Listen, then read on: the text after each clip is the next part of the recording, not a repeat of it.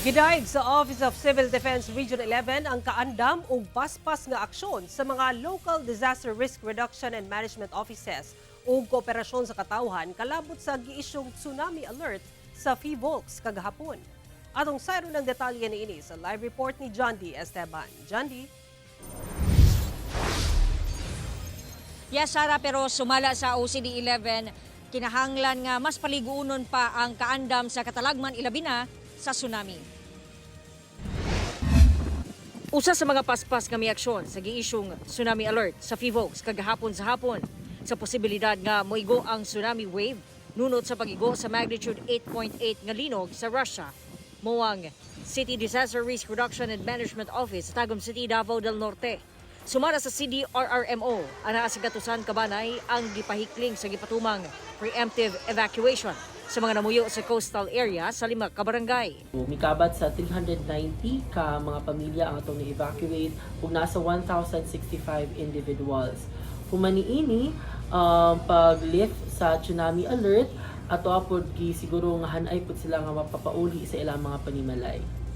Hinuon gikansela sa PHIVOLCS ang tsunami alert alas 4:40 sa hapon. Nagpatuman usab og suspensyon sa klase ang ubang LGU sa rehiyon. Gilayon sab nga may aksyon ang ubang hingtungdang ahensya. Sigun sa Office of the Civil Defense Region 11, ilahang nakita ang kaandam sa rehiyon batok katalagman. I think sa preparedness, sa response, murag okay na ang Region 11, no?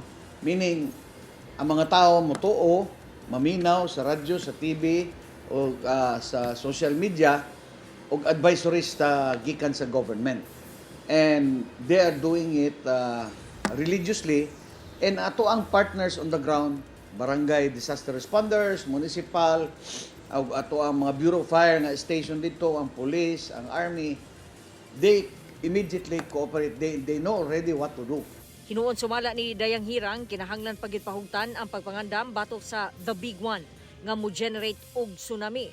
Sumala niya, mas labing maayo kung magpahigayon og region-wide tsunami drill sa pagigalayon sa PHIVOLCS. Kini aron malikayan nga dunay makalas nga kinabuhi. We have to admit that in terms of tsunami,